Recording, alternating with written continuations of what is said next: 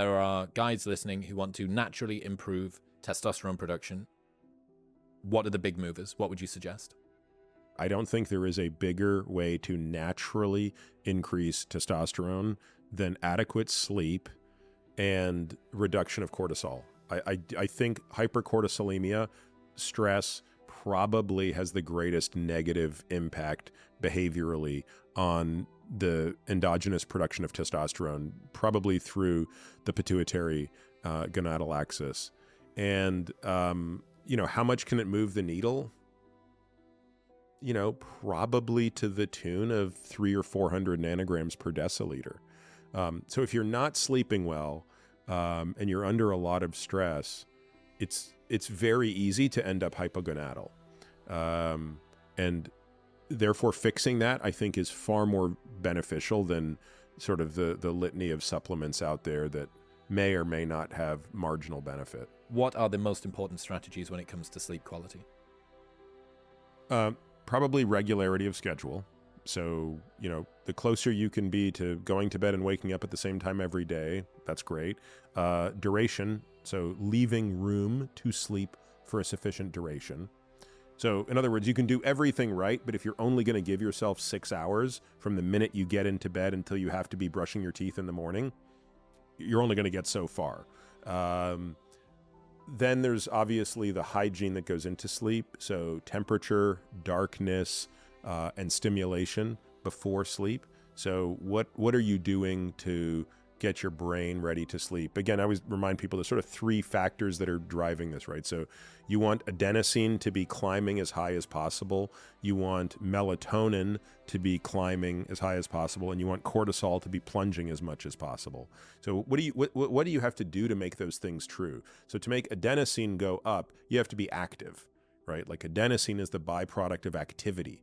So the more active you are during the day, the more your adenosine levels go up, and then you have to put that down, right? That's a sleep signal.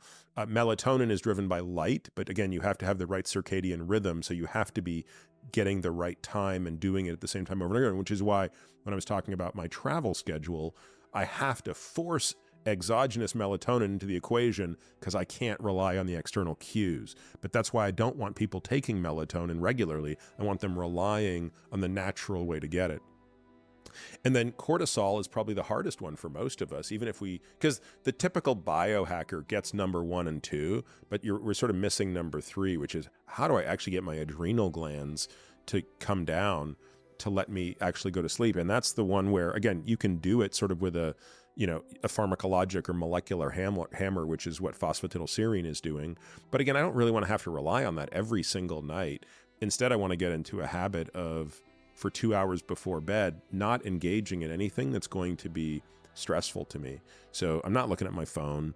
I'm not, chirping on work emails and looking at things that I'm really kind of trying to be doing very little that would produce. And if I am doing some work, I'm not going to suggest, I'll never look at my computer for 2 hours. That what am I going to do? I'm going to do something that's a little more relaxing, but is not going to increase my level of stress. And then we've talked about some of the supplements, obviously, that you can take there. Sometimes I ask the question, are you going to bed too early? So, there are different chronotypes of sleep. There are some people who are truly night owls, and they're really not meant to go to bed until 12 or 1 o'clock.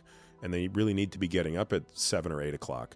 And if you force that person to go to bed at 10, because their spouse goes to bed at 10, they might really struggle to get to sleep.